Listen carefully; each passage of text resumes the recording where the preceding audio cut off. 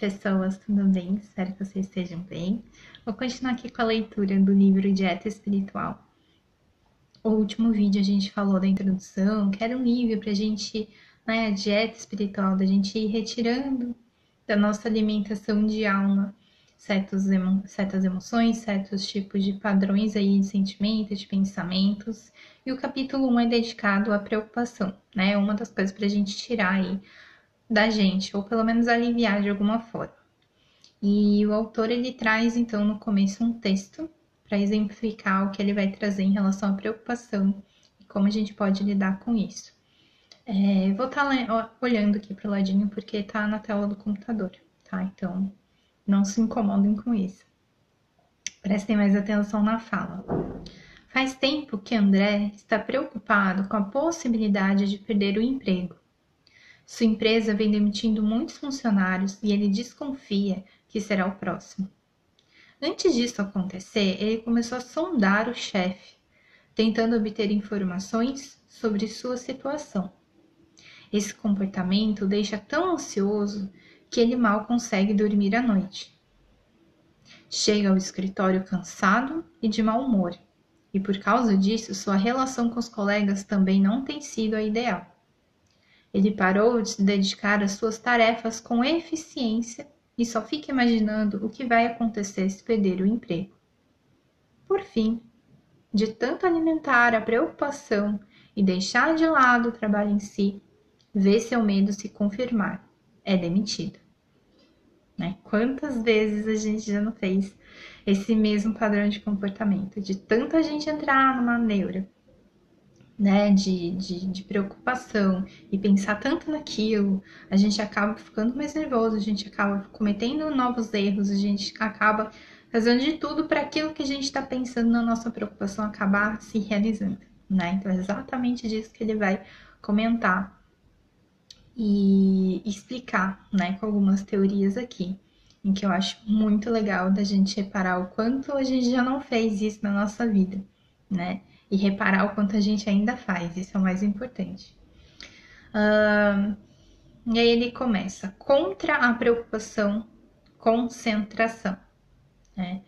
A preocupação é um jeito excelente de não nos ocuparmos das coisas, pois enquanto ficamos rodeando aquilo que poderíamos fazer, que os outros não fizeram ou que ainda é mera suposição, tudo mais na nossa vida permanece paralisado. Isso nos impede de tomar decisões e seguir em frente. Não à toa, né? Pré-ocupação. A gente fica antes da ocupação, antes da ação. A gente não age, a gente só se preocupa. Né? A gente não tá se ocupando, a gente não tá fazendo, a gente não tá agindo, a gente não tá em movimento. Né? O movimento só tá na mente. A gente não parte para ação, a gente não materializa a ação. Então a gente fica bloqueado só no mental, mental, e isso prejudica a gente, fica muita energia acumulada só na mente, né? Isso prejudica a saúde mental, inclusive. Então, sobre o tema, o psicólogo Thomas Borkovec garante que, embora às vezes a preocupação seja um sentimento positivo, na maioria das vezes caímos em um pensamento crônico que se concentra na preocupação em si. Em geral, as pessoas se preocupam com coisas que têm poucas chances de acontecer. E realmente, né, tem momentos em que a preocupação ela é boa, porque, né, se eu tô preocupada, se vai chover ou não, se eu preciso levar casaco ou não para não ficar doente, isso é uma preocupação legal, porque me ajuda a me manter bem, manter minha saúde física, né, a me cuidar. Se eu tô preocupada, na minha aparência em relação a vestimenta para me apresentar para uma entrevista de trabalho, significa que eu estou comprometida, né? Que eu quero me apresentar de uma forma melhor, que eu estou realmente focada nisso de alguma forma. Agora, se aquela preocupação é uma coisa que vem de algo que vai expandindo muito e que não tem base realmente na realidade, né? Com dados, com fatos, etc., e que é uma coisa que a gente só vai criando meio que um monstrinho na nossa cabeça. Em geral, são coisas que tem pouca chance de acontecer ou que nem vão acontecer. Sabe aquela coisa de que a gente depois percebe que, nossa, eu sofri à toa, então Então é aquela coisa de sofrer às vezes duas vezes, né? Porque se acontece realmente o que a gente está preocupado, a gente já sofreu antes muito mais, antes realmente de acontecer. Aí a gente sofre duas vezes. E se não acontecer, a gente sofre à toa, né? Então tem dessa preocupação que muitas vezes acontece com a gente, né? Burkovec dedicou boa parte da carreira ao estudo dos estragos provocados pelo excesso de preocupação e ansiedade, porque essa questão de se preocupar com o que ainda não aconteceu, né, com o que pode acontecer, com o que o outro vai falar, com o que o outro vai achar, como que as coisas vão acontecer, o que, que não vai acontecer, gera ansiedade, né? Que a ansiedade é essa questão da gente focar a ideia e o pensamento muito no futuro, no que ainda não aconteceu, no que pode ou não acontecer, né? Aquela famosa frase do e se, né? E se tal coisa acontecer? E se fulano falar tal coisa? E se fulano achar tal coisa? E se X ou Y coisa acontecer, né? Só que a gente não sabe, né? E a gente não tem controle sobre isso. E o que a gente tem controle que é desses nossos pensamentos, de como a gente vai lidar com as coisas, a gente acaba deixando de lado, né? Então, por isso eu acho muito legal esse estudo. Em suas pesquisas, né, do Burkovec, ele identificou 3 atitudes que são grandes fontes de preocupação. A primeira delas é ter pensamentos recorrentes. Recorrentes é ter pensamentos constantemente, né? Ter pensamentos que sempre voltam e sempre são meio que os mesmos. A segunda fonte a segunda atitude, que é uma grande fonte de preocupação, é evitar resultados negativos, né? Então, se a gente sempre evita passar por coisas, experiências que não sejam só positivas, a gente deixa de se fortalecer, de entender que a gente é capaz de superar, da gente estar aberta para novas experiências, e isso gera essa preocupação porque a gente não vive, né? A gente só vive na nossa cabeça e a gente cria situações que a gente não vai conseguir, que a gente não é bom naquilo, mas a gente nem se abriu para experienciar, para ver como que realmente é, né? E a terceira é inibir as nossas emoções, que é aquela coisa de que a gente guarda, tipo, eu tô com medo, mas eu não tô assumindo que eu tô com medo. Deixa pra lá, depois eu olho pra esse medo, eu não vou cuidar agora. Não é importante, tá tudo bem, é um medinho.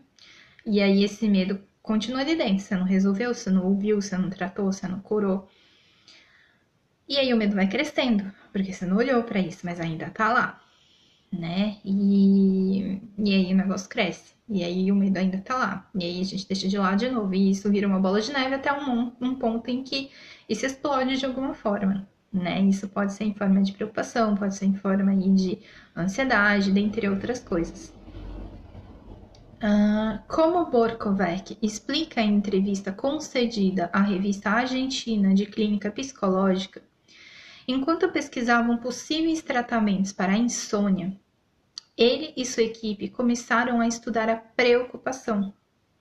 Ao testar o relaxamento como forma de tratamento contra a insônia, os pesquisadores descobriram sua eficácia não apenas porque relaxa nossa parte somática, que produz ansiedade, né? Nossa parte que somatiza no corpo e acaba gerando a insônia. Mas também porque reduz o aparecimento de ideias não desejadas que desencadeiam a preocupação excessiva. Então, muitas pessoas que têm insônia são pessoas que ficam remoendo na cabeça preocupações e aí não conseguem dormir, né? Então, o relaxamento ele ajuda não só a relaxar o corpo, né, e aliviar um pouco as tensões do corpo para a pessoa conseguir dormir, quanto também aliviar a mente, né, dessas tensões que ficam sendo criadas pelas preocupações em excesso. Nada que é em excesso é bom, né? Com isso, a equipe compreendeu que o que mantinha as pessoas acordadas não era o estado de agitação, mas o circuito de pensamentos. Logo, se os pacientes conseguissem desviar a atenção ao relaxarem, conseguiriam interromper a preocupação. Então, assim, logo, se os pacientes conseguissem desviar a atenção ao relaxarem, né, tirar a atenção desses pensamentos aí preocupados, que sempre ficam pensando muitas vezes obsessivamente na mesma coisa, e conseguirem relaxar essa tensão, né, de ficar sempre pensando nessa coisa que tá preocupando, tá gerando mais tensão, e aí preocupa mais, aí gera mais tensão e não consegue sair desse looping, as pessoas conseguiam interromper essa preocupação, né, porque cortava ali aquele looping, e as pessoas conseguiam relaxar e conseguiam dormir, consequentemente. Então, né, tem esse estudo e eu acho que é muito interessante a gente achar práticas aí para a gente conseguir relaxar, né? Técnicas de meditação, técnicas de respiração, de estado de presença, de focar no aqui e agora, nas coisas que estão acontecendo e não ficar pensando lá no futuro ou que você deixou de fazer lá atrás e nem ficar criando situações que não existem ainda e não tem comprovações, né, físicas de que realmente concretas de que realmente aquilo que você está pensando vai acontecer. E buscar novas referências, se desligar de pessoas que estão e conteúdos, notícias e qualquer coisa de informação que venha para te deixar mais preocupado, você se afastar, né?